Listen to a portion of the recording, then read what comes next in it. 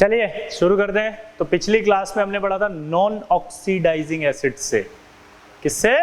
Non oxidizing acid से reaction, और अब हम आज पढ़ेंगे ऑक्सीडाइजिंग एसिड से रिएक्शन।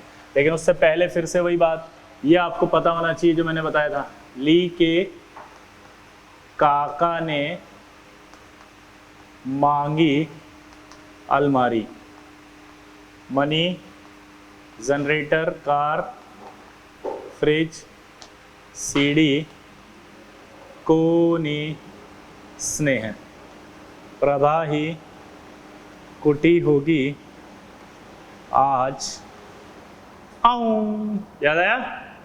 यहां से यहां तक के बताया था अपन, स्ट्रॉन्ग रिड्यूसिंग एजेंट है। यहां से यहां तक आपको बताया था सारे के सारे क्या है? माइल्ड रिड्यूसिंग एजेंट है।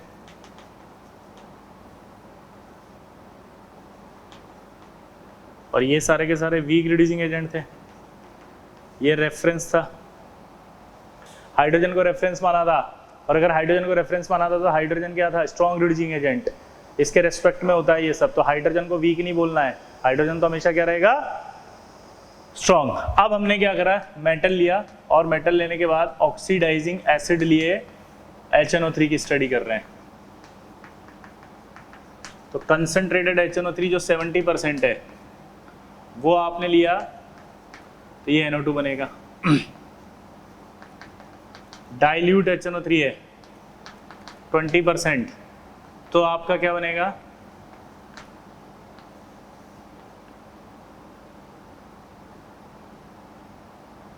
और वेरी डाइल्यूट अगर है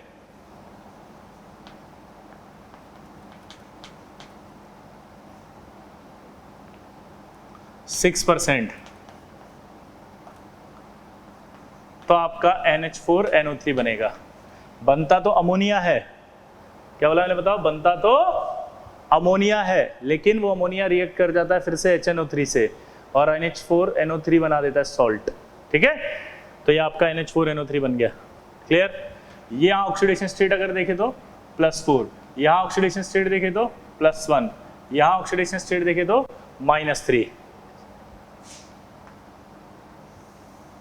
+4, या इसको नहीं +4, ये थोड़ी है, ये +5 से कहा गया +4, +5 से कहा गया +1, और ये आपका कहाँ गया? -3। ठीक है, ये प्रोडक्ट आपको पहले तो याद कर लेने। और यहाँ जो मेटल होगी वो आपकी होगी हमेशा अबव लेड, क्योंकि लेड वाले जो है वो इनके साथ रिएक्शन देता है। इसीलिए मैंने की पॉइंट बनाया था, प्रभा ही कुटी होगी आज आऊं। की पॉइंट एक साथ था कि वो एक साथ प्रोडक्ट देंगे। और ये ली के काका ने मांगी अलमारी, money, generator, car, fridge, CD, कोनी स्नेह है, ये स्नेह तक एक साथ देंगे। क्या बोला? स्नेह तक एक साथ देंगे। क्लियर?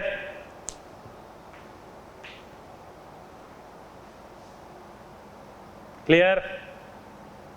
ये याद कर लेते हैं अपन। चलो बताओ, अगर मेटल आ जाए कौन सा? लेड से अबव वाला, तो उस कंडीशन में वो कंसंट्रेटेड HNO3 से रिएक्ट करके कौन सी गैस देगा? NO2। अगर डाइल्यूट आ जाए तो कौन देगा? N2O। और अगर आपका वेरी डाइल्यूट आ जाए तो क्या देगा? NH4NO3। क्लियर? अब यहां से मेरे अंदर एक डाउट क्रिएट होगा। पहले तो ये याद कर लिए, डाउट क्रिएट ही होता है कि हमें एक फॉर्मूला पढ़ाया गया था 11th में, ऑक्सीडेशन स्टेट रेंज, जिसमें ये होता है N-H2N, जहां N बराबर होता है नंबर ऑफ वैलेंस इलेक्ट्रॉन। तो अगर मैं नाइट्रोजन के वैलेंस इलेक्ट्रॉन लूंगा तो 5 आएंगे, 5 आएंगे तो यहाँ आएगा -3, -3 से यहाँ आएगा +5, नाइट्रोजन -3 से +5, तो ये -3 से क्या आ जाएगा? +5। तो -3 से +5 आएगा तो -3, -2, -1, 0, +1, +2, +3, +4, +5। तो -3 से लेकर के +5 तक ऑक्सीडेशन स्टेट जारी है। क्लियर? अब जब हमने पढ़ा था बचपन में, तो हमने ये पढ़ा था कि यार अगर मान लो कोई स्ट्रॉन्ग ऑक्सीडाइजिंग एजेंट है, जैसे ये वाला जो होता है ना, ये स्ट्रॉन्ग ऑक्सीडाइजिंग एजेंट है, ये मैं बता रहा हूं आपको, क्योंकि इसकी कंसंट्रेशन बहुत ज़्यादा है। कंसंट्रेशन ज़्यादा होता है तो ऑक्सीडाइजिंग पावर बढ़ती है। अपन ने पढ़ाया था कंसंट्रेशन ज़्यादा हो तो directly proportional to the electrode potential. तो अगर आप कंसंट्रेशन बढ़ाओगे तो आपकी पावर बढ़ जाएगी, तो इसलिए ऑक्सीडाइजिंग स्ट्रांग होगा। ये जो होता है वो होता है माइल्ड ऑक्सीडाइजिंग एजेंट, ये जो होता है वीक ऑक्सीडाइजिंग एजेंट। तो यहाँ पर 3 ऑक्सीडाइजिंग एजेंट हो गए, एक हो गया स्ट्रॉन्ग ऑक्सीडाइजिंग एजेंट, एक हो गया भाई माइल्ड ऑक्सीडाइजिंग एजेंट, और एक हो गया वीक ऑक्सीडाइजिंग एजेंट। क्लियर हो गया सबको? सच बोलो, अबे बोलो हाँ, समझ में आ रहा है? पक्का? जीवेश समझ में आया तेरे को? तो यहाँ पर आपका जो है वो क्या बोला मैंने, स्ट्रॉन्ग ऑक्सीडाइजिंग एजेंट, यहाँ बोला माइल्ड ऑक्सीडाइजिंग एजेंट, और यहाँ वीक ऑक्सीडाइजिंग एजेंट। तो हमने एक बात पढ़ी थी यार कि जो स्ट्रॉन्ग ऑक्सीडाइजिंग एजेंट होता है, हमने क्या पढ़ा था कि जो स्ट्रॉन्ग ऑक्सीडाइजिंग एजेंट होता है, हमने क्या पढ़ा था, जो स्ट्रॉन्ग ऑक्सीडाइजिंग एजेंट होगा वो बहुत ज्यादा रिड्यूस होगा। तो अगर यहाँ पर ये +5 है तो इसका मतलब क्या होना चाहिए था, इस +5 को बहुत ज्यादा रिड्यूस होना चाहिए था, तो -3 तक आना चाहिए था। तो इसका मतलब -3 वाला प्रोडक्ट यहाँ आना चाहिए था देखा जाए तो, क्योंकि जो स्ट्रॉन्ग ऑक्सीडाइजिंग एजेंट होगा वो दूसरे को बहुत ज्यादा ऑक्सीडाइज करेगा और खुद बहुत ज्यादा रिड्यूस होगा। तो बहुत ज्यादा रिड्यूस होगा तो +5 से कहाँ आना चाहिए उसको, +5 से कहाँ आना चाहिए उसको, +5 से कहाँ आना चाहिए उसको, कहाँ, -3 पे। तो आपने सर -3 वाला प्रोडक्ट तो यहाँ लिख दिया और +4 वाला वहां रख दिया, जबकि होना चाहिए था वेरी वीक ऑक्सीडाइजिंग एजेंट है। वीक ऑक्सीडाइजिंग एजेंट अगर है तो इसका मतलब ये निकलता है कि वो वीक ऑक्सीडाइजिंग एजेंट है, तो इसका मतलब निकलता है कि वो दूसरे को बहुत कम ऑक्सीडाइज करेगा और खुद कम रिड्यूस होगा। कम रिड्यूस होगा तो यहां पर आपका आना चाहिए था +4 वाला, +5 से +4। फील आई जो मैंने डाउट क्रिएट करने की कोशिश की है? आंसर नहीं चाहिए, मुझे ये समझना है कि क्या आपको ये डाउट आ रहा है कि सर ऐसा होना चाहिए लेकिन ऐसा नहीं हो रहा, तो आंसर है क्यों। अभी तो आंसर ये है कि क्यों नहीं हो रहा है। तो ये नया क्वेश्चन डेवलप हो गया माइंड में।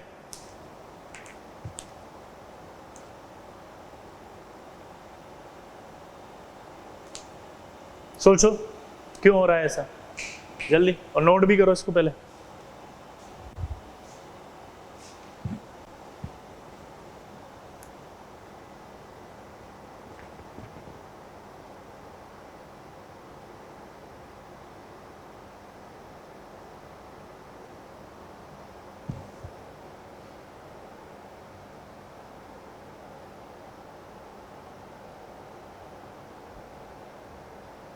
चलिए, तो आई होप आपने सोच लिया होगा। अब जब आपने इसको सोचा तो अब सोचने पर क्या डाउट आया जरा देखना। सोचने पर ये डाउट आ रहा है कि यार ये 4 वाला है और ये 3 वाला है, इसको कैसे करें। तो इसको बहुत एक सिंपल तरीके से करते हैं, एकदम देसी एग्जांपल से। फील लेना, 70% HNO3 को हमने मान लिया 70 कुत्ते खड़े हैं। देसी एग्जांपल है प्लीज, है ना, एग्जांपल को फील करना, ना कि इससे कनेक्ट करके फील करना। 70 कुत्ते खड़े, 70 HNO3 हो गए। यहाँ मेटल है, उसने इलेक्ट्रॉन दिए होंगे रिड्यूस करने के लिए। तो मेटल ने इलेक्ट्रॉन दिए, मान लो जिंक मेटल लिया मैंने, तो जिंक ने इलेक्ट्रॉन दिए सपोज, या कोई भी मेटल ने इलेक्ट्रॉन दिए, सपोज 2 इलेक्ट्रॉन दिए उसने रिड्यूस करने के लिए, मतलब 2 रोटी दी। क्लियर? अब 2 रोटी फेंकी अगर 70 कुत्तों में, तो इमेजिन करो क्या फील, क्या सिचुएशन होगी। वो जब 2 रोटी 70 कुत्तों में डालो, अगर 70 के 70 कुत्ते भूखे हैं, तो कुछ कुत्तों के पास रोटी ज़्यादा गई, कुछ के पास कम गई। अब जिनके पास ज़्यादा गई उनसे दूसरे कुत्ते छीनने का प्रयास कर रहे हैं, और बहुत सारे कुत्ते तो ऐसे जहाँ रोटी गई नहीं, क्योंकि फट से फेंकी और जिन्होंने पकड़ ली रोटी उन्होंने पकड़ ली। तो बहुत सारे कुत्ते ऐसे हैं जिनके पास रोटी नहीं गई, तो वो बहुत सारे उनसे रोटी छीनने की कोशिश करेंगे जिनके पास रोटी है। क्लियर है? अब फील इसको HNO3 से कंपेयर कराओ। 2 इलेक्ट्रॉन जब रिड्यूस करने के लिए जाएंगे HNO3 के पास, तो बहुत कम HNO3 जो होगा उसको रिड्यूस करेंगे। बहुत सारा HNO3 ऐसा होगा जो रिड्यूस नहीं हुआ, तो वो ये जो पड़े हुए थे, मतलब जो HNO3 कुछ रिड्यूस हुए थे, उनको फिर से ऑक्सीडाइज करने की कोशिश करेंगे। वो HNO3 तो ऑक्सीडाइजिंग एजेंट है, तो वो उन प्रोडक्ट्स को भी ऑक्सीडाइज करेंगे। सपोज जैसे क्या हुआ कि HNO3 के अंदर आपने क्या डाला, इलेक्ट्रॉन्स 70% थे, तो वो इलेक्ट्रॉन गए तो उन्होंने कुछ HNO3 को रिड्यूस किया, लाइक कुछ रिड्यूस करके प्रोडक्ट बना। अब वो HNO3 जो था उसकी पावर ऑक्सीडाइजिंग एजेंट की, तो वो जो प्रोडक्ट बना होगा ना HNO3 से रिड्यूस होके, वो उसको भी ऑक्सीडाइज करने लगेगा। तो अब HNO3 चूंकि स्ट्रॉन्ग ऑक्सीडाइजिंग एजेंट है, इसलिए उस प्रोडक्ट को ऑक्सीडाइज करेगा और कहां तक ले आएगा, +4 तक। और ये जो प्रोडक्ट बना जो रिड्यूस, जिसको HNO3 ऑक्सीडाइज कर रहा है, वो भी अच्छा रिड्यूसिंग एजेंट नहीं है, तो वो HNO3 को रिड्यूस कम कर पाएगा और ये HNO3 इसको रिड्यूस ज्यादा कर पाएगा। तो ओवरऑल रिएक्शन में ऑक्सीडेशन स्टेट +4 पहुंचेगी, क्योंकि जो HNO3 है वो ज्यादा रिड्यूस करेगा और ये वीक रिड्यूसिंग एजेंट है, वो HNO3 को कम रिड्यूस करेगा, तो कम रिड्यूस होकर HNO3 +5 से +4 पे आएगा। इसलिए पहला प्रोडक्ट +4 बना है। इस वाले पर आओ या इस पर आओ 20 वाले पे। अब की बार कुत्ते 20 हो गए, 20 कुत्तों में 2 रोटी गई तो ज्यादा रोटी गई, या यूं कहें ज्यादा कुत्ते ऐसे हैं जो रोटी पा रहे हैं, कम कुत्ते ऐसे जो भूखे हैं। यानी यूं मान लो 20 ही कुत्ते थे, अब तो पहले 70 थे, तो अब वो 20 कुत्ते खींचेंगे इलेक्ट्रॉन्स, यानी कि जो HNO3 है वो 20 है। अब 20 HNO3 अगर दिख रहे हैं आपको और उनमें इलेक्ट्रॉन गया तो वो कम रिड्यूस हुए। अब जो HNO3 बचा 20, वो ऑक्सीडाइज करने की कोशिश करेगा और ये इसको रिड्यूस कर रहा है, तो पहले जितना ऑक्सीडाइज तो नहीं कर पाएगा HNO3, क्योंकि पहले तो 70 थे, तो इसलिए +4 से कम रिड्यूस होगा और +4 से कम रिड्यूस होगा और +1 में आ गया। अब 1 में आया या 2 में आया ये नहीं बता सकते, बट इतना समझ सकते हैं कि 4 से कम आएगा। इधर अब कितने रह गए 6%। अब जब 2 रोटी दी तो बहुत सारे कुत्तों के पास गई, बहुत सारे कुत्तों के पास रोटी चली गई और अब ऐसे कुत्ते हैं ही नहीं जो उनसे रोटी छीन रहे हैं, यानी रिड्यूस ज़्यादा से ज़्यादा होगा। यानी कि 6 HNO3 और इलेक्ट्रॉन फेंके तो 6 के 6 HNO3 के बाद इलेक्ट्रॉन गए तो बहुत ज़्यादा गए और वो बहुत ज़्यादा रिड्यूस हो गए। अब उनको ऑक्सीडाइज करने वाला HNO3 तो है ही नहीं वहां, अब उनको ऑक्सीडाइज करने वाला HNO3 वहां नहीं है, और अगर उनको ऑक्सीडाइज करने वाला HNO3 नहीं है तो वो रिड्यूस ही रहेंगे, इसलिए सबसे ज्यादा रिड्यूस हुआ -3 में। क्लियर सबको? क्लियर?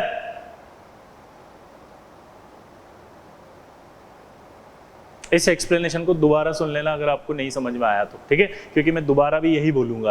क्लियर सबको? 2 से 3 बार सुनना, अपने आप फील आएगी आपको, ठीक है। तो ये आपके प्रोडक्ट्स कंफर्म हो गए। अब प्रोडक्ट्स कंफर्म होने के बाद आप रिएक्शन तुरंत बोल सकते हो। कैसे? कहां से टिन तक की बात आएगी रिएक्शन? अबव लेड है तो लेड को छोड़ दो, तो 1 2 3 4 5 6 7 8 9 10 11 12 13 14 14 हो गए। 14 इंटू 3 याद हो गया? 14 इंटू 3 कितना हुआ? 42। 80 रिएक्शन कल याद हुई थी, अगर आप ढंग से सड़ेंगे तो 42 अभी याद हो गई, ठीक है। तो ये 42 रिएक्शंस भी याद हो गई आपको। अब आगे बढ़ते हैं। अब सवाल कैसे कैसे पूछेगा वो देखो। पहला सवाल कि अगर जिंक कंसंट्रेटेड HNO3 से रिएक्ट करे तो क्या होगा? तो यार सिंपल है बात, जिंक नाइट्रेट प्लस NO2 बनेगा। जिंक से तो जिंक +2 जाएगा और HNO3 जाएगा NO2 में, तो अपने आप ही देखो क्या बचा। ये HNO3 से तो NO2 बन गया और जिंक से जिंक +2 बना, तो जिंक +2 जो बचा हुआ HNO3 उससे रिएक्ट करके नाइट्रेट बनाएगा। तो आपको तो डायरेक्ट बोलना है, अब डाइल्यूट HNO3 से रिएक्ट करा फटाफट, क्या बनेगा? Zinc nitrate plus NO2। और अगर जिंक वेरी डाइल्यूट से रिएक्ट करेगा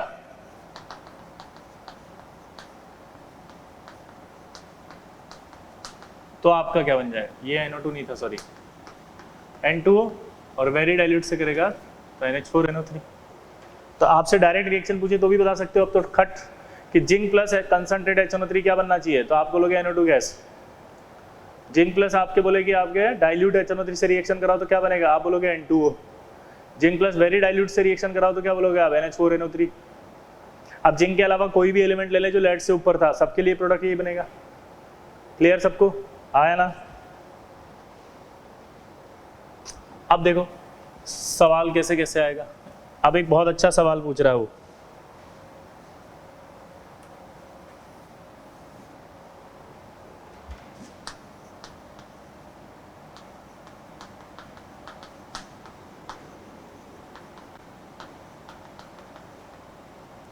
when concentrated HNO3 react with zinc, then type of reaction is, ठीक है, पहला रेडॉक्स, दूसरा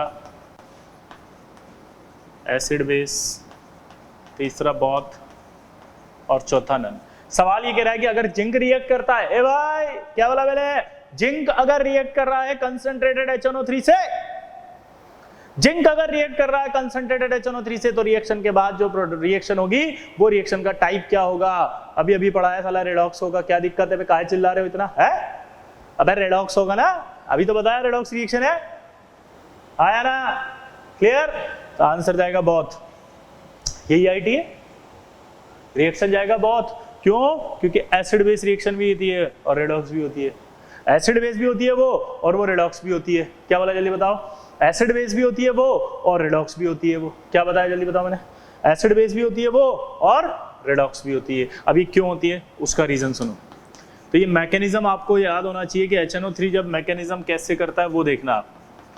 HNO3 जब रिएक्शन करता है तो ये टूटता है पहले NO2 plus H2O plus nascent oxygen.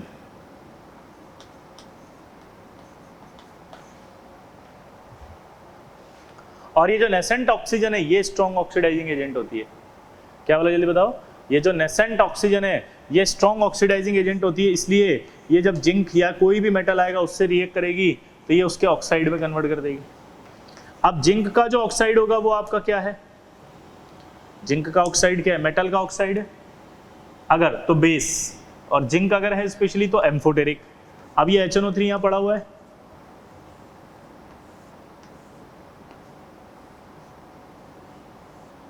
ठीक है? तो ये आपका क्या है? एम्फोटेरिक, और ये है एसिड। तो ये एम्फोटेरिक और एसिड रिएक्ट करेंगे और सॉल्ट प्लस वाटर बना देंगे। अब आप इसको आप देखेंगे तो ये कैंसिल हो जाएगा, ठीक है? ये आपका ऑक्साइड है, ये भी कैंसिल हो जाएगा इससे। अब कैंसिल होने के बाद आप देखो रिएक्शन में क्या बचेगा? Zinc plus HNO3 arrow NO2 plus H2O plus zinc nitrate. Clear? तो आप देखो यहां पर आपका जिंक प्लस HNO3 है तो NO2 plus H2O plus zinc nitrate बन रहा है। तो ये जिंक नाइट्रेट आपका बन गया और NO2 बन गया प्लस H2O बन गया। अब आप इस रिएक्शन को अगर आप देखें तो यहाँ आपका ये +5 से पहले +4 आया और यहाँ 0 से आपका ये +2 आया। तो ये रिएक्शन तो कहलाई फर्स्ट में रेडॉक्स, और ये जो नीचे दिख रही है ये क्या हुई? एम्फोटेरिक था, ये एसिड था, रिएक्शन होगी एसिड बेस। रिएक्शन क्या होगी? Acid base. तो ये दोनों रिएक्शन हुई है, रेडॉक्स एसिड बेस। अगर नया क्वेश्चन पूछ लेता कि पहले रेडॉक्स होती है या पहले एसिड बेस, तो आंसर क्या देते आप? पहले रेडॉक्स होती है बाद में एसिड बेस होती है। दोबारा बोलो, पहले रेडॉक्स होती है बाद में एसिड बेस होती है। क्या बोला जल्दी बताओ? पहले रेडॉक्स होती है बाद में एसिड बेस होती है। फील ही नहीं आ रही यार? पक्का? पहले रेडॉक्स होती है फिर एसिड बेस होती है। तो ये रिएक्शन आपको याद होनी चाहिए अच्छे से कि जब कंसंट्रेटेड HNO3 रिएक्ट करेगा तो उसका टाइप होगा एसिड बेस रिएक्शन। क्या होगा? एसिड बेस रिएक्शन और रेडॉक्स रिएक्शन। क्या होगा जल्दी बताओ?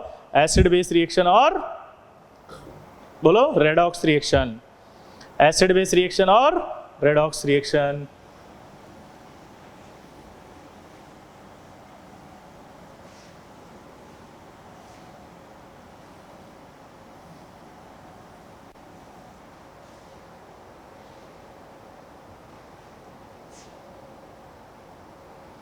अब जितने भी एलिमेंट हैं ये सब रिएक्ट कर रहे हैं। क्लियर? अब अगर आपसे बोले टिन की रिएक्शन कराओ तो टिन कंसंट्रेटेड HNO3 से रिएक्ट करेगा, तो रिएक्ट करके आपके जो है वो टिन नाइट्रेट बनना चाहिए, लेकिन बनाता है मेटास्टेनिक एसिड। रिएक्शन तो NO2 निकलेगी। और अगर टिन की यहाँ पर डाइल्यूट HNO3 से रिएक्शन कराए तो डाइल्यूट HNO3 से रिएक्शन कराने पर टिन नाइट्रेट बनेगा, लेकिन साइड प्रोडक्ट बनाएगा NH4NO3। ठीक है? फिर ये टिन वेरी डाइल्यूट से करेगा तो वेरी डाइल्यूट से भी वही बनाएगा, टिन नाइट्रेट प्लस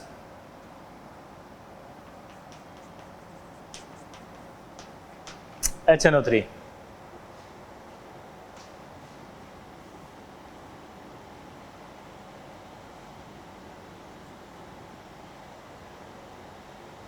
अब ये ऐसा क्यों हो रहा है कि यहां पर ये कंसंट्रेटेड HNO3 से रिएक्ट करके मेटास्टेनिक एसिड बना रहा है? इसका नाम क्या है?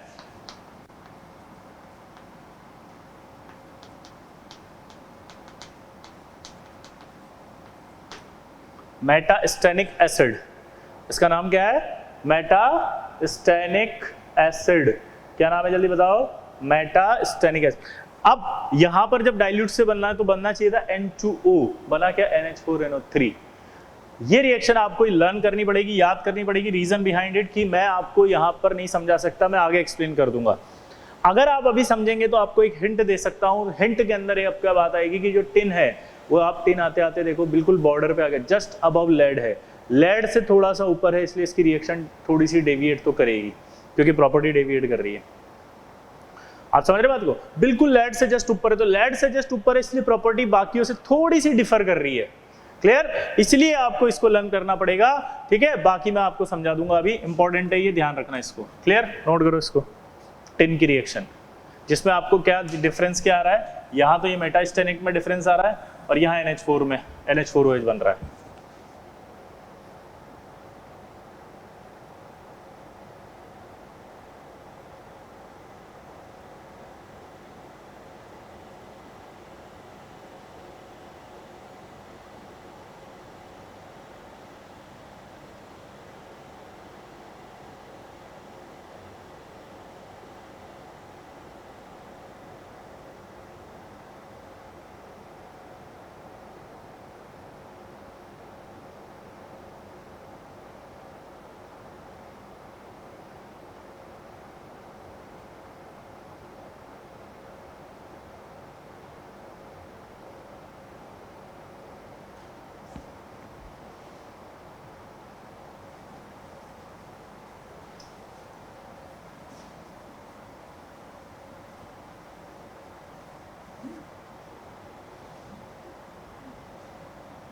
अब देखो अगला, अगर हम मेटल लें और कौन सा ले रहे हैं हम? अब की बार हम ले रहे हैं बिलो लेड एंड लेड, और अब ले रहे हैं वापस से वही ऑक्सीडाइजिंग एजेंट, और वापस से वही कंसंट्रेटेड HNO3 लिया अपन ने, डाइल्यूट HNO3 लिया और वेरी डाइल्यूट HNO3 लिया। कंसंट्रेटेड HNO3 लिया, NO2, यहां बन रहा है NO और यहां आ रहा है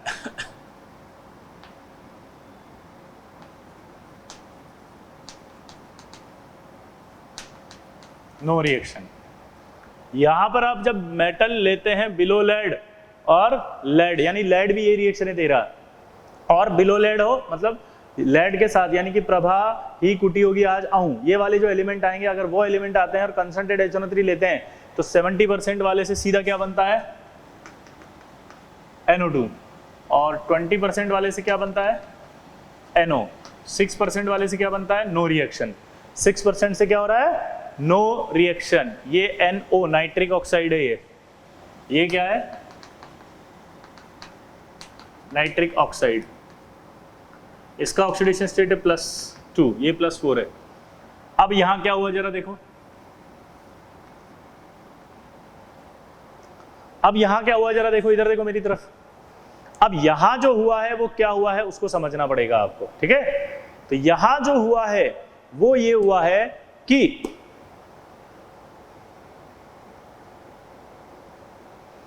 फिर से 70% है, 70 कुत्ते हैं।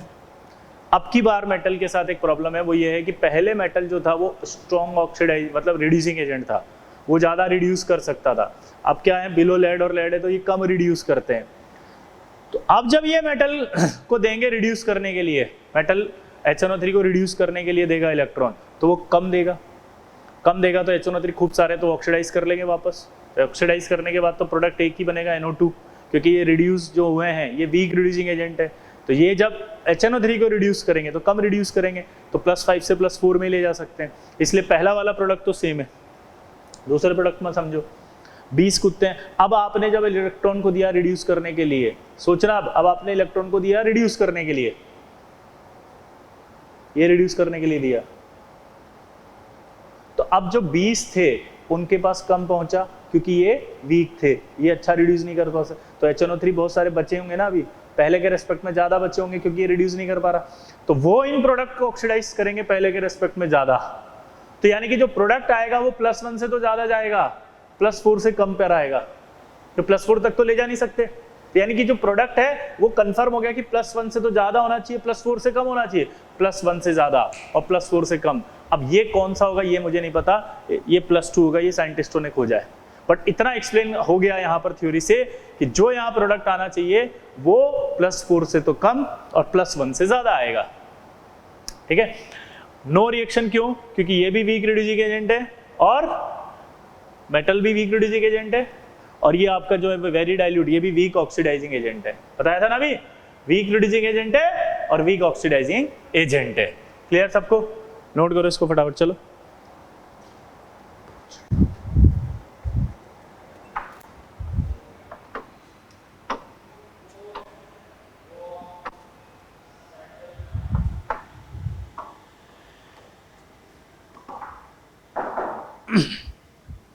देख लिया?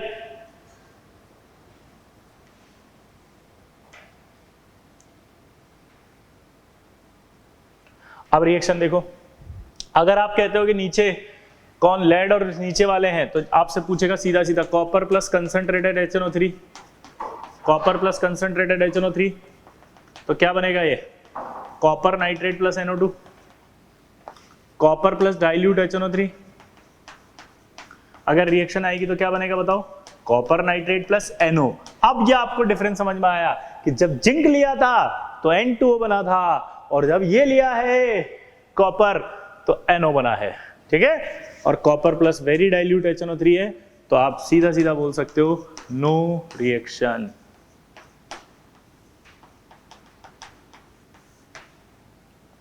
नो रिएक्शन, हाँ या ना? No reaction.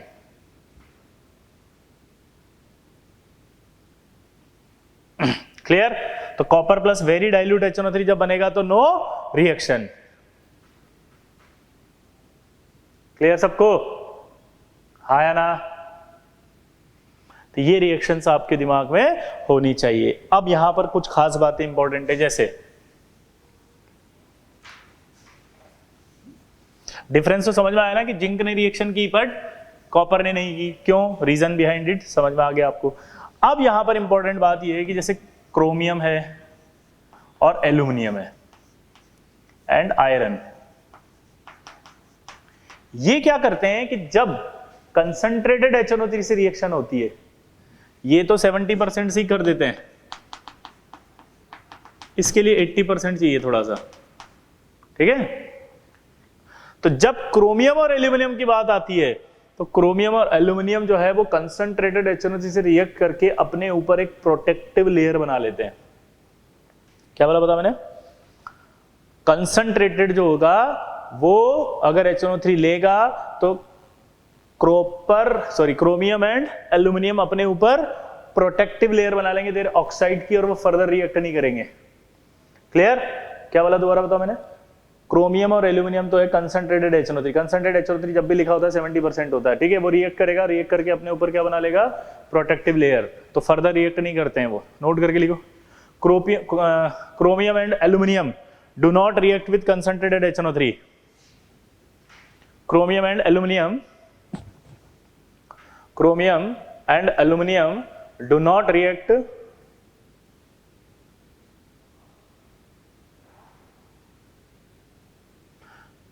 do not further react, ऐसे लिखना, do not further react because of formation of their oxide। ठीक है, तो chromium and aluminium do not further react because of formation of there, बोलो, ऑक्साइड, यानी लेयर ऑफ ऑक्साइड। अब जैसे HNO3 ये Fe है, अब HNO3 अपन ने लिया यहाँ पर कंसंट्रेटेड 80% के आसपास, ये भी अपने ऊपर एक क्या बना लेगा? Fe, बोलो, ये अपने ऊपर एक प्रोटेक्टिव लेयर बना लेगा इससे, ये इस तरह से बनेगी अपने ऑक्साइड की। और इस प्रोटेक्टिव लेयर का एक नाम होता है पैसिव लेयर। पैसिव लेयर को हम इनएक्टिव लेयर भी कहते हैं।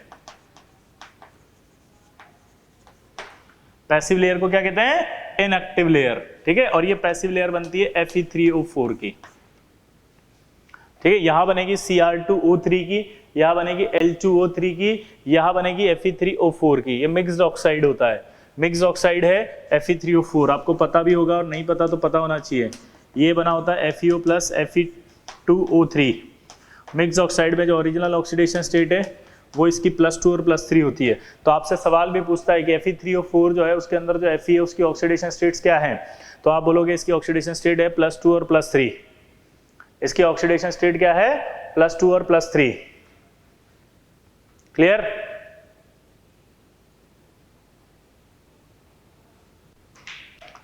ये आपके अब गोल्ड और प्लेटिनम ये कहलाते हैं नोबल मेटल्स। क्या कहलाते हैं? Nobel metal. तो गोल्ड एंड प्लेटिनम, क्या बोला जल्दी बताओ? गोल्ड एंड प्लेटिनम ये रिएक्ट नहीं करते।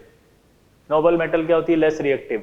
लेस रिएक्टिव होने की वजह से कंसंट्रेट H2O3 से रिएक्ट नहीं करती। ऊपर वालों में क्या बताया मैंने, रिएक्ट करती हैं, ऑक्साइड बनाती हैं, और वो ऑक्साइड फर्दर रिएक्ट नहीं करता।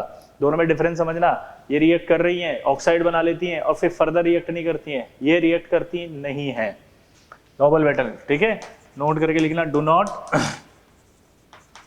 React with concentrated HNO3। और रिएक्ट नहीं करती इसलिए डिसॉल्व नहीं हो सकती, इसको हम बोलते हैं डू नॉट डिसॉल्व। ठीक है, रिएक्ट नहीं करेगी, ये भी डिसॉल्व नहीं होगी क्योंकि ऑक्साइड बन के रुक जाएगी रिएक्शन। तो ये गोल्ड और प्लेटिनम रिएक्ट नहीं करेंगे, नोबल मेटल्स। ठीक है, बट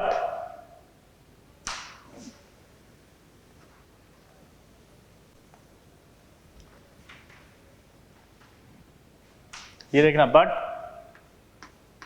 इसी के आगे, बट नोबल मेटल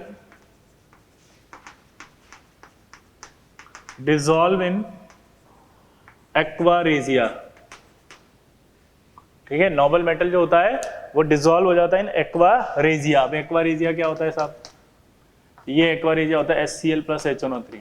ये सबसे ज्यादा स्ट्रॉन्ग ऑक्सीडाइजिंग एजेंट है, पावरफुल, बाहुबली। क्या है ये? बाहुबली। ठीक है, ये रिएक्ट करेगा तो ये रिएक्शन में क्या बनाता है? NOCl plus H2O plus Cl। अब आप भूल जाओ तो याद रखना इस बात को कि रेशियो हमेशा फिक्स रहेगा 3:1, तब एक्वारेजिया। ये रेशियो क्या है? 3:1 एक्वारेजिया। और जब 3:1 है तो 3 HCl है। कंफर्म है कि आप भूलोगे कि 3 कहाँ था और 1 कहाँ था? कंफर्म है कि आप भूलोगे कि, बोलो जल्दी, 3 कहाँ था और 1 कहाँ था? कंफर्म है कि आप भूल जाओगे? क्या भूलोगे जल्दी बताओ? कि 3 कहाँ था और 1 कहाँ था? तो ये याद रखना, ये 3 यहीं आएगा क्योंकि NOCl और Cl, ये Cl स्ट्रॉन्ग ऑक्सीडाइजिंग एजेंट होता है यहाँ पे। ठीक है, और जब ये Cl रिएक्ट करता है इस Au से तो ये बनाता है कंपाउंड AuCl4-। ये सॉल्युबल होता है इसलिए डिसॉल्व हो जाता है वो। और ये जो Pt है ये रिएक्ट करके बनाता है PtCl6-,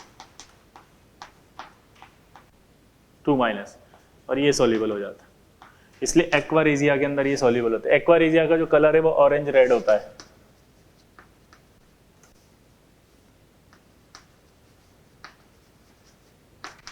क्या होता है? Orange red colour. ठीक है, तो क्या क्या पढ़ा अपन ने इंपॉर्टेंट, कि क्रोमियम और एल्यूमिनियम जो है वो डिसॉल्व नहीं होते बिकॉज ऑफ रिएक्ट करके वो ऑक्साइड की लेयर बना लेते हैं। तो सवाल आएगा कि क्या रिएक्ट करते हैं या नहीं करते, तो आंसर है रिएक्ट तो करते हैं। ये डिसॉल्व नहीं होते और ये रिएक्ट भी नहीं करते। डिसॉल्व क्यों नहीं हो रहे? क्योंकि रिएक्ट नहीं कर रहे हैं। दो अलग अलग चीजें हैं बेटा। ये डिसॉल्व नहीं हो रहे बिकॉज रिएक्ट ही नहीं कर रहे। ये डिसॉल्व क्यों नहीं रहे? क्योंकि रिएक्ट तो कर रहे हैं लेकिन रिएक्ट करके अपना ऑक्साइड बना लेते हैं। ऑक्साइड की जो लेयर है वो पैसिव लेयर होती है। पैसिव लेयर मतलब प्रोटेक्टिव लेयर, और वो प्रोटेक्टिव लेयर फिर आगे डिसॉल्व नहीं होने देती, रिएक्ट आगे नहीं करने देती। ठीक है, तो अगर सवाल आता है डज नॉट डिसॉल्व तो ये चारों नहीं हो रहे, पांचों। और अगर आता है रिएक्ट तो फिर ये नहीं करते, ये तीनों करते हैं। ठीक, एक्वारेजिया क्या होता है? 3HCl 3:1। एक्वारेजिया में स्ट्रॉन्ग ऑक्सीडाइजिंग एजेंट कौन होता है? Cl। ठीक है, Cl सबको ऑक्सीडाइज करता है। तो अब सवाल आया कि which of the following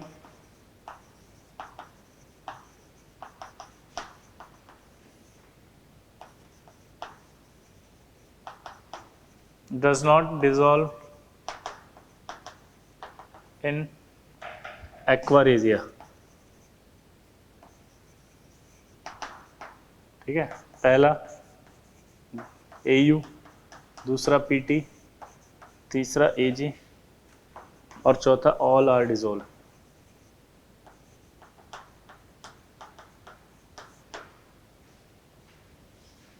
answer दो।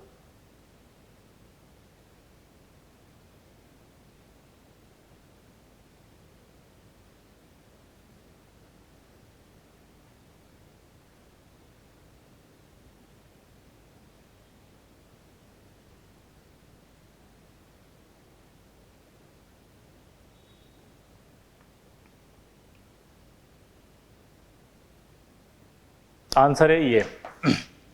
क्यों? क्योंकि जब Ag रिएक्ट करेगा एक्वारेजिया से तो AgCl बनाएगा।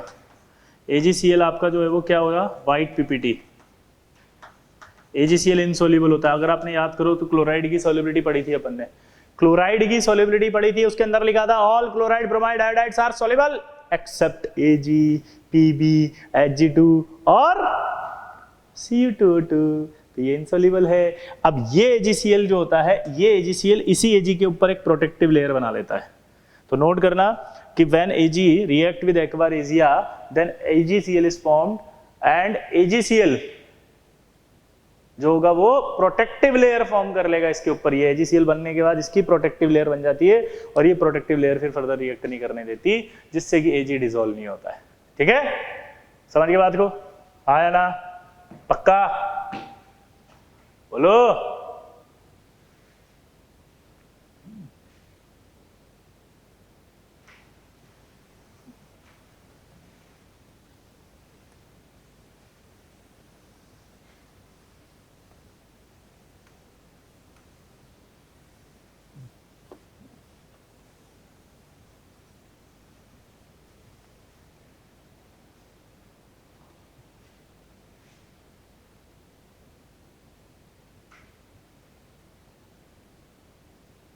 क्लियर यहां तक? क्लियर? अब देखो, अब अगर सपोज मैं यहां पर लेता हूं नॉन मेटल्स,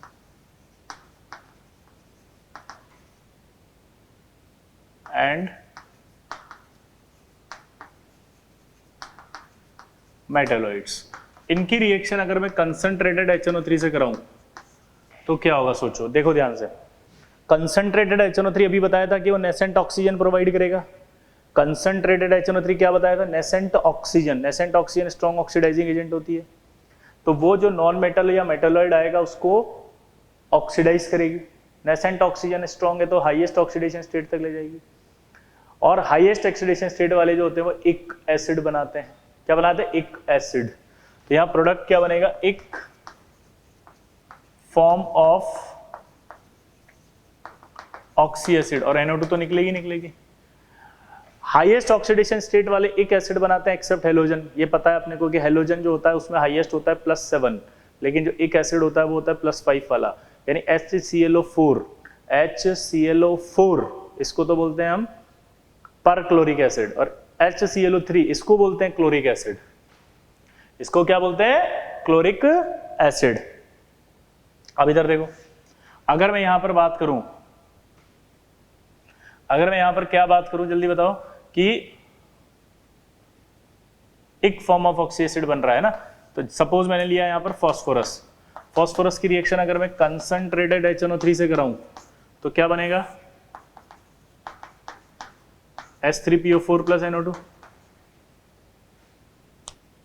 अगर मैं यहां पर S8 की बात करूं कंसंट्रेटेड HNO3 तो क्या बनेगा?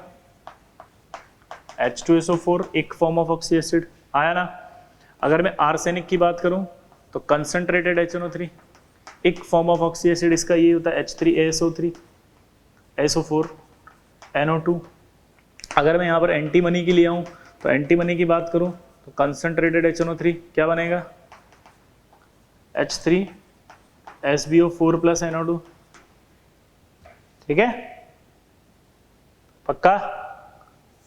अगर मैं यहां पर बात करूं कार्बन की, तब कार्बन में आप देखो क्या बनेगा? यार ये कंसंट्रेट ही है, बार बार नहीं लिखूंगा मैं। H2CO3 प्लस NO2, बस H2CO3 क्या होता है, टूट जाता है CO2 प्लस H2 में, एक ही बात होती है, CO2 प्लस H2 खुद क्या होता है, H2CO3। क्लियर?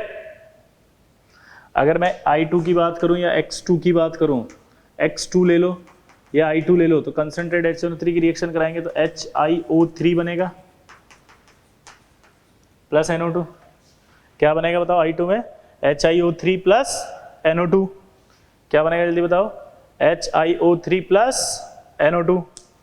क्या बनेगा जल्दी बताओ, HiO3 plus NO2। HiO3 plus NO2। तो ये आपके नॉन मेटल और मेटालॉइड से रिएक्शन कराओगे तब भी सारी रिएक्शन अपने आप बन जाएगी आपकी। क्लियर? फॉस्फोरस से कराओ, सल्फर से कराओ, एंटीमनी से कराओ, कार्बन से कराओ, हेलोजन से कराओ, किसी से भी कराओ, खटाखट एक फॉर्म ऑफ ऑक्सी एसिड बोलना है आपको। क्या बोलना है, एक form of oxy acid. Clear? Note करो इसको।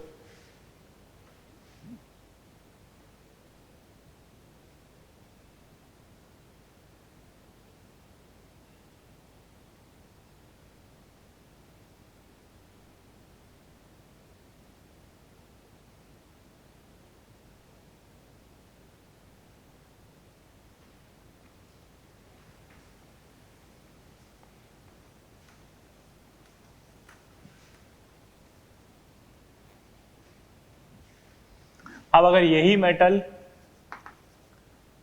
Sorry non metal and metalloids हो प्लस डाइल्यूट HNO3 हो तो रिएक्शन नहीं होगी। ठीक है, रूम टेम्परेचर पे। किस पर नहीं होगी, एट रूम टेम्परेचर। किस पर नहीं होगी, at room temperature, at room temperature. ठीक है, क्लियर? अब इधर देखो, लेकिन अगर यहीं पर मैं नॉन मेटल एंड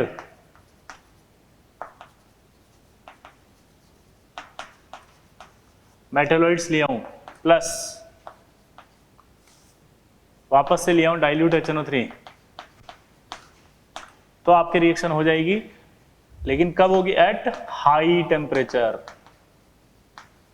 क्योंकि मैंने आपको क्या सिखाया था कि अगर आपने टेम्परेचर बढ़ा दिया तो उस कंडीशन में आपको पता है क्या हो जाएगा, जल्दी बोलो।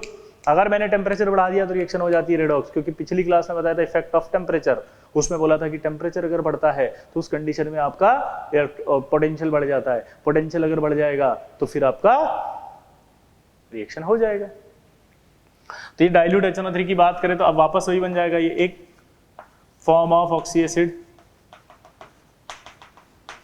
प्लस NO, एक form of oxy acid plus NO।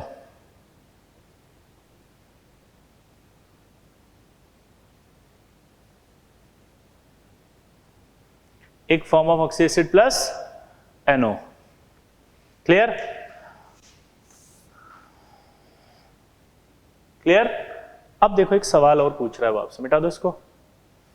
Temperature का इफेक्ट है ना, तो इसी तरह से टेम्परेचर के इफेक्ट की भी बात करें अगर अपन, कि Ag जो होता है, Ag हाइड्रोजन के नीचे आता है।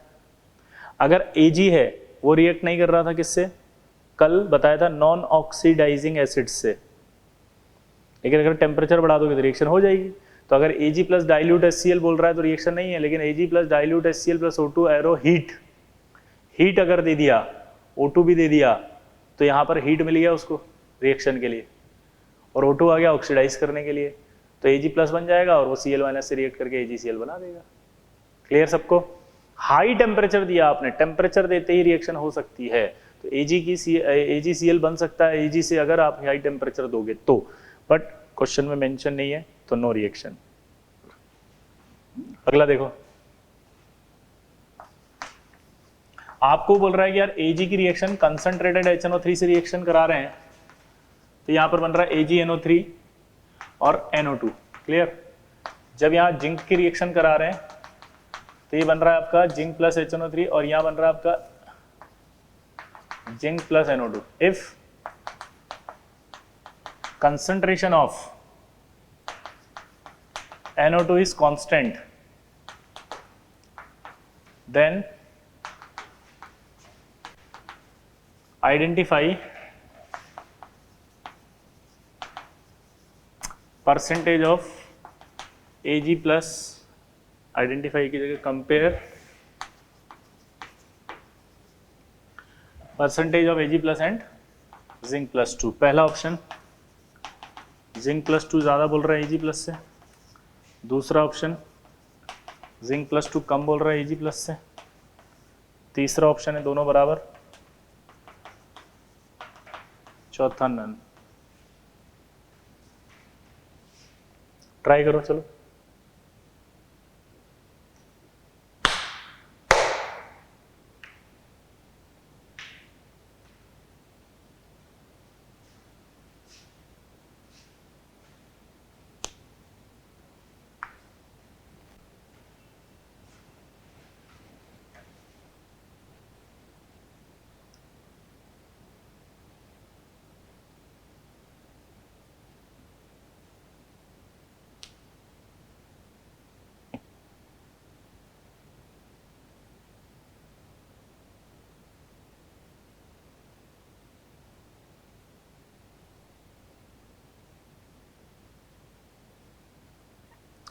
तो आंसर देखो क्या आएगा,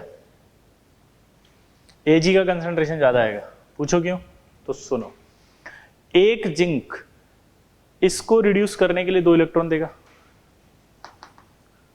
एक जिंक जो होगा, एक मतलब एक मोल मान लेते हैं अपन, वो जितना देगा देसी में समझो आप, तो एक जिंक इसको देगा 2 इलेक्ट्रॉन, तो जिंक प्लस 2 में जाएगा। और जब ये रिड्यूस होगा 2 इलेक्ट्रॉन से, तो जो NO2 बनेगी वो आएगी।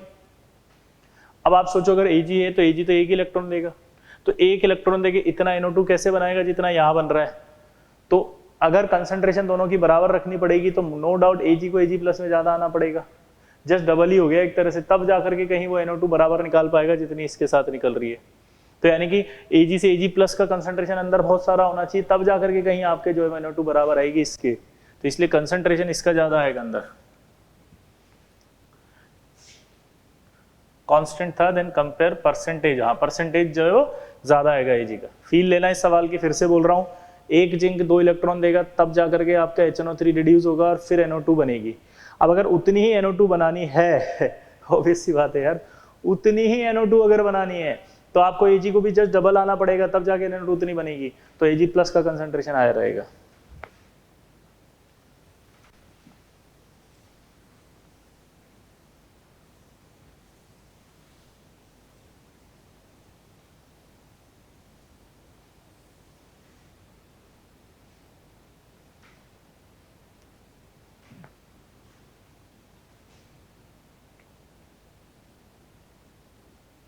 क्लियर? अब एक सवाल और होता है, जैसे मान लीजिए ये मेटल है, इस मेटल में हमने 3 ऑक्सीडाइजिंग एजेंट दे दिए, X, Y और Z। यहाँ मेटल इस X ने ऑक्सीडाइज किया +2, यहाँ ऑक्सीडाइज किया +4 और यहाँ ऑक्सीडाइज किया +6। आपसे बोला है ऑर्डर ऑफ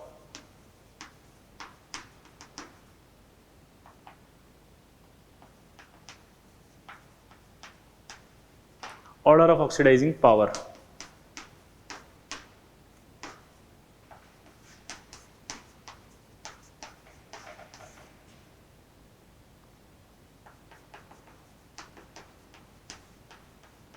चलो सवाल सॉल्व करो,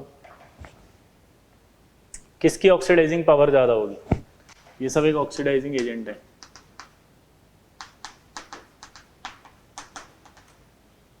किसकी ऑक्सीडाइजिंग पावर ज्यादा होगी?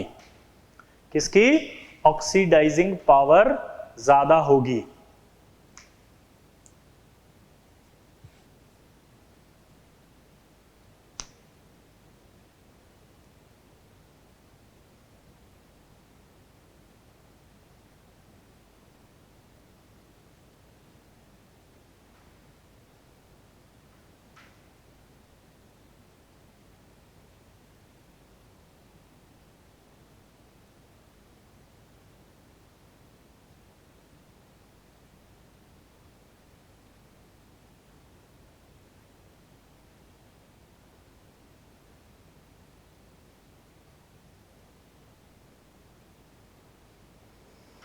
दिमाग की बत्ती जली यार, M से M+2 ले जा रहा है यानी कम ऑक्सीडाइज कर रहा है, M से M+6 ले जा रहा है तो ज्यादा ऑक्सीडाइज कर रहा है। अब ज्यादा ऑक्सीडाइज कर रहा है तो यही कर रहा होगा Z, तो Z सबसे स्ट्रॉन्ग ऑक्सीडाइजिंग एजेंट होगा। ठीक है, तो ऑक्सीडेशन स्टेट अगर ज्यादा तक ले जा रहा है तो इसका मतलब ये होता है कि वो ऑक्सीडाइजिंग एजेंट ज्यादा अच्छा है। ठीक है, लेकिन अब चेंज कर रहा है सवाल। अब क्या कर दिया उसने, अब सवाल को चेंज करके यहाँ +2 कर दिया।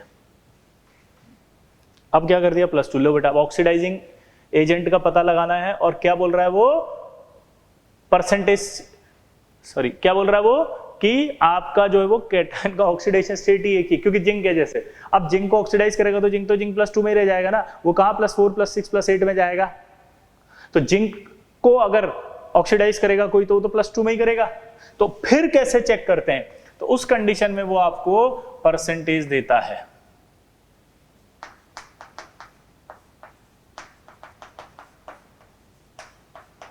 ये आपको परसेंटेज दिया, क्या परसेंटेज दिया, जैसे कि यहां पर एक मेटल है उसका ऑक्सीडेशन स्टेट +2 ही है, लेकिन जब ये ऑक्सीडाइजिंग एजेंट आया तो 100 था अगर ये मेटल, तो उसमें से सिर्फ 80% को ही वो ऑक्सीडाइज कर पा रहा है +2 में।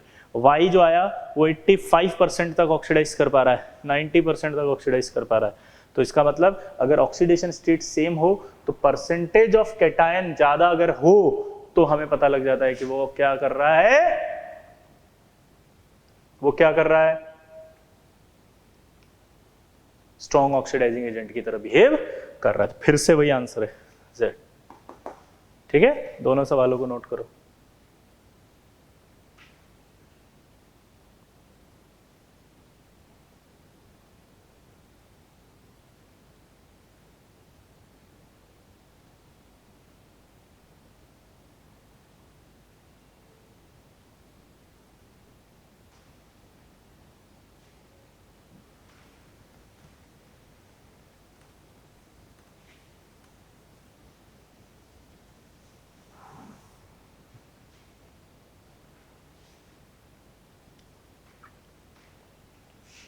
क्लियर सबको, सिंपल।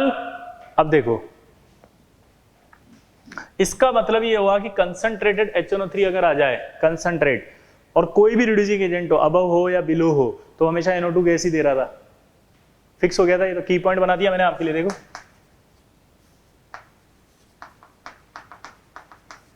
कि अगर कंसंट्रेटेड HNO3 हो और कोई भी रिड्यूसिंग एजेंट हो, एनी रिड्यूसिंग एजेंट, ठीक है, तो आपका कौन सी गैस देगी, NO2। और अगर यहां अपन नोट करके एक की पॉइंट बना लें तो सिर्फ PT और AU ये रिएक्ट नहीं कर रहे थे इससे, ठीक है, बाकी सब में NO2 गैस बन रही थी। क्रोमियम और एल्यूमिनियम में भी NO2 बन रही थी, ऑक्साइड बन रहा था प्लस NO2 बन रही थी, रिएक्ट कर रहा था, डिसॉल्व नहीं हो रहा था due to formation of their protective layer of oxide. React नहीं कर रहे थे ये, बाकी सब कर रहे हैं। तो ये की पॉइंट तैयार हो गया, कोई भी रिड्यूसिंग एजेंट आ जाए इनके अलावा तो सीधा NO2 गैस निकलेगी, खत्म, कंसंट्रेट HNO3 से। और वो टाइप क्या होगी, एसिड बेस और रेडॉक्स दोनों। ये लो, इतना सारा जो पड़ा हो तो एक लाइन में खत्म हो गया। NO2 गैस में कोई दिक्कत नहीं। टिन में जो दिक्कत थी वो टिन नाइट्रेट नहीं बन के क्या बन रहा था, मेटास्टेनिक एसिड। दूसरे प्रोडक्ट में दिक्कत थी टिन में, बाकी सब में सेम प्रोडक्ट बनेगा, nitrate, metal nitrate, zinc nitrate, ठीक है, जो भी लो, क्रोमियम का सब, ठीक है। तो ये आपके ध्यान रहेगा अब आपको। अब यहां पर आता है concentrated HNO3 H2SO4, any reducing agent plus concentrated H2SO4, ठीक है। तो कंसंट्रेटेड H2SO4 से कौन सी गैस निकलती है बताया था, SO2। और कंसंट्रेटेड H2SO4 में भी यही एक्सेप्ट रहेंगे क्योंकि नोबल मेटल से रिएक्ट नहीं करता वो। नोबल मेटल में भी कौन सी खास, प्लेटिनम और गोल्ड से। किससे, प्लेटिनम और गोल्ड से, बाकी सबसे कर लेगा। जैसे अगर मैं आपसे बात करूं, यहां पर भी वही आएगा सेम, एक फॉर्म ऑफ ऑक्सी एसिड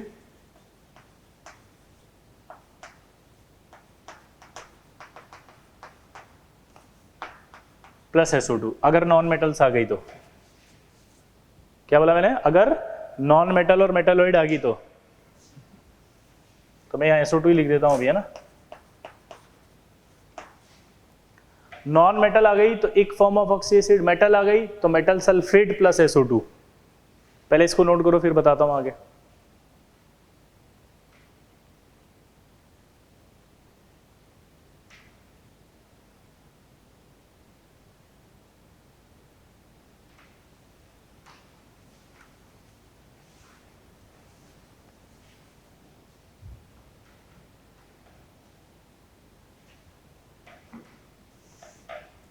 इधर देखो, अगर मान लीजिए आपके पास कोई भी मेटल आ गया, सपोज ये जिंक आ गया, तो जिंक प्लस कंसंट्रेट H2SO4 कैसे करते थे अपन?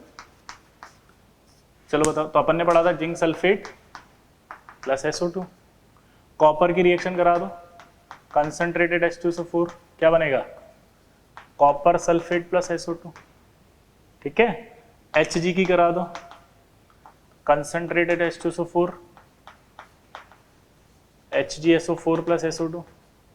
Ag की करा दो, कंसंट्रेटेड H2SO4, हेलो क्या बनेगा?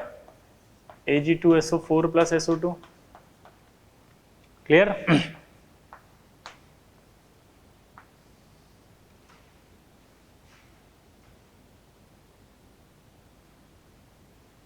क्लियर? Ag की करा दी, ठीक है, Hg की करा दी। अब बात आती है किसकी? नॉन मेटल्स में सपोज करो कार्बन की रिएक्शन कराओ, तो कंसंट्रेट H2SO4 से कराओगे तो एक फॉर्म ऑफ ऑक्सी एसिड आएगा, एक फॉर्म ऑफ ऑक्सी एसिड आएगा। तो एक फॉर्म ऑफ ऑक्सी एसिड क्या होता है इसका? कार्बन का तो H2CO3, और वो अभी मैंने बताया था H2CO3 CO2 प्लस H2 में टूटेगा, SO2 आ जाएगा। अगर सल्फर प्लस कंसंट्रेटेड H2SO4 हो तो क्या बनेगा? सिंपल है, सल्फर जाएगा एक फॉर्म, तो वो बनाएगा आपका SO2 प्लस H2, क्योंकि इसको रिड्यूस भी करेगा तो SO2 में रह जाएगा SO2 प्लस H2O। अगर मैं बाईसल्फाइड लेता हूं तो कंसंट्रेटेड H2SO4 इसको ऑक्सीडाइज करेगा। यहां पर कंफ्यूज होंगे आप, इसलिए ध्यान रखना ये S प्लस कंसंट्रेट H2SO4। तो आप देखो सल्फर को अगर ऑक्सीडाइज करोगे तो एक फॉर्म ऑफ ऑक्सी एसिड तो सल्फर का H2SO4 ही है, तो वो तो बन नहीं सकता क्योंकि ये खुली है। तो वो क्या करेगा? इसको रिड्यूस कर रहा है, इसको तो ऑक्सीडाइज कर रहा है और वो खुद इसको रिड्यूस कर रहा होगा, तो फाइनल प्रोडक्ट आपका SO2 प्लस H2O में आएगा। इसको अगर ऑक्सीडाइज करेंगे तो क्या बनेगा?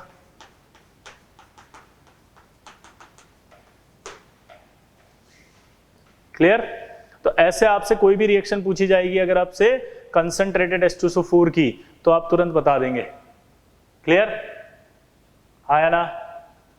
बोलो, नोट कर लो इसको।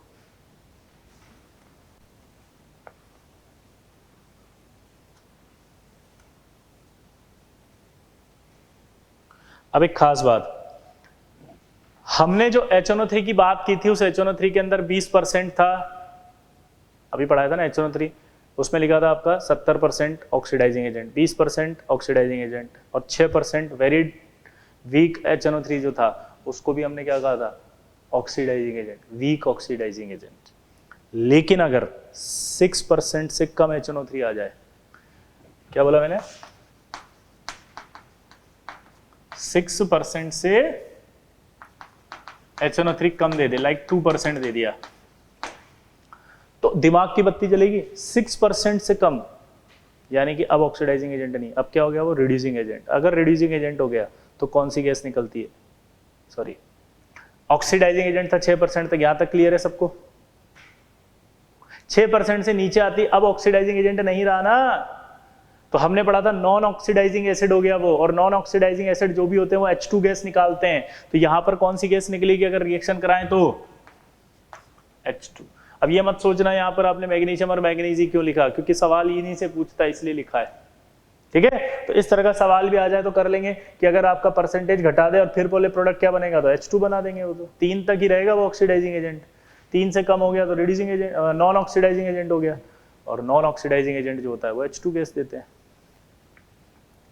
क्लियर? तो ये सारे का सारा रेडॉक्स रिएक्शन था।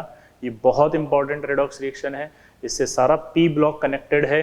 आप इसको अच्छे से याद करेंगे, रिवाइज करेंगे और DPP नंबर 2 सॉल्व कर लेंगे। ठीक है, बाकी मिलते हैं अगली क्लास में।